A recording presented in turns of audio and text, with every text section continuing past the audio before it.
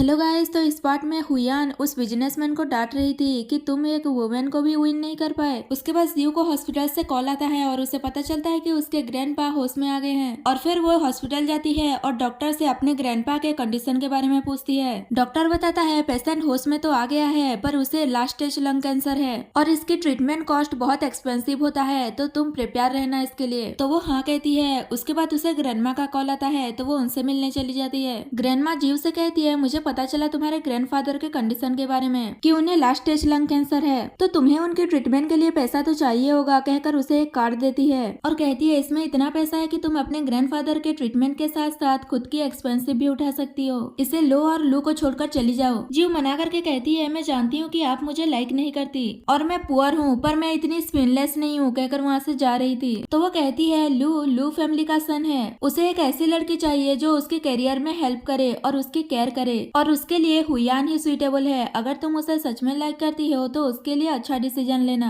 और अपने ग्रैंडफादर के बारे में भी तो सोचो। और वो उसे 3 दिन देती है सोचने के लिए। नेक्स्ट सीन में जियो अपने बेस्ट फ्रेंड से मिलने जाती है और उससे अपनी प्रॉब्लम डिस्कस कर रही थी कि मैं अपने सेविंग से बड़ी मुश्किल से खुद को सपोर्ट कर पाती हूँ, अब मैं अपने ग्रैंडफादर के ट्रीटमेंट के लिए कैसे पैसे अरेंज करूँ। तो वो पूछती है क्या तुमने इसके बारे में लू को बताया, तो जियो मना करते हुए कहती है उसने पहले भी ग्रैंडपा के ट्रीटमेंट के लिए एक डॉक्टर अरेंज करके मेरी हेल्प की थी, अभी तक मैंने उसका रिपे नहीं किया है, तो फिर मैं फिर से उसे हेल्प के लिए कैसे बोल सकती हूँ। वैसे भी उसकी ग्रैंडमा मुझे पैसा ऑफर करके लू को छोड़कर जाने के लिए कह रही थी, ऐसे में मैं उससे कैसे पैसा बोरो करूँ। उसकी फ्रेंड पूछती है क्या तुम्हें लू की फैमिली सिचुएशन के बारे में पता है, तो वो मना करती है। तो वो उस पर गुस्सा करती है कि तुम्हें उसकी फैमिली के बारे में पता नहीं है और तुमने उससे मैरिज कर लिया। जियो कहती है मैं जानती हूँ कि तब मैं इम्पल्सिव होकर मैरिज कर लिया, पर अब मैं क्या करूँ। तो उसकी फ्रेंड कहती है क्या तुम लू को लाइक करती हो, अगर तुम उसे लाइक नहीं करती तो उसके ग्रैंड मदर की मनी ट्रीटमेंट करने के लिए यूज कर लो, वैसे तुम दोनों की मैरिज तो एक डील थी। तो जियो कुछ भी आंसर नहीं देती। नेक्स्ट दिन में हुयान का असिस्टेंट उसे जियो के बारे में सारा इन्फॉर्मेशन देता है कि लू और जियो मैरिड हैं और लू ने जियो को अपनी ट्रू आइडेंटिटी नहीं बताई है और उसे ये भी पता चलता है कि जियो की मॉम की डेथ लू कंपनी से रिलेटेड है। नेक्स्ट दिन में लू का असिस्टेंट भी जियो के मॉम के डेथ के बारे में इन्वेस्टिगेट करके उसे सारा इन्फॉर्मेशन देता है कि जब जियो के मॉम के मास्टर का डेथ हो गया था तो वो उनकी आइडेंटिटी का यूज करके लू कंपनी के फाइनेंस डायरेक्टर बन गई थी और फिर जब शेयर होल्डर्स खुद को बचाने के लिए उसे सील की तरह यूज करके लू ग्रुप से बाहर निकाल दिया था, तो उन्होंने बाद में सुसाइड कर लिया था। ये जानने के बाद लू सोचता है इसका मतलब उन्होंने गिल्टी की वजह से सुसाइड कर लिया और फिर वो अपने असिस्टेंट से कहता है कि इसके बारे में किसी को पता ना चले और स्पेशली जियो को। दूसरी साइड जियो हुयान से मिलने गई थी और उससे कहती है तो बताओ तुम मुझसे मिलना क्यों चाहती थी। हुयान कहती है मुझे पता चला कि तुम्हारी मॉम को लू ग्रुप ने फ्रेम किया था, तो मैं क्यूरियस होकर इसके बारे में इन्वेस्टिगेट किया, तो मुझे डर है कि तुम्हें लू की ट्रू आइडेंटिटी के बारे में नहीं पता। एक्चुअली में लू ही लू ग्रुप का प्रेसिडेंट है और वो वही है जिसने तुम्हारी मॉम को डिप्रेस करके सुसाइड करने पर मजबूर कर दिया और फेक कंसर्न दिखाने लगती है। लेकिन जियो कहती है लू इस टाइप का पर्सन बिल्कुल नहीं है। तो हुयान कहती है अगर ऐसी बात है तो उसने अपनी ट्रू आइडेंटिटी तुम्हें क्यों नहीं बताई। वो तुम्हारे साथ इसलिए अच्छा है क्योंकि उसने 7 साल पहले तुम्हारी मॉम के साथ जो कुछ भी किया था वो इसकी भरपाई कर सके। तो जियो भी सोचने लगती है। नेक्स्ट सीन में जियो डिसाइड नहीं कर पा रही थी कि वो ग्रैंड मदर से हेल्प ले या नहीं। अभी वहाँ पर डॉक्टर आकर पूछता है कि क्या पैसों का अरेंजमेंट हो गया, तो वो हाँ कह देती है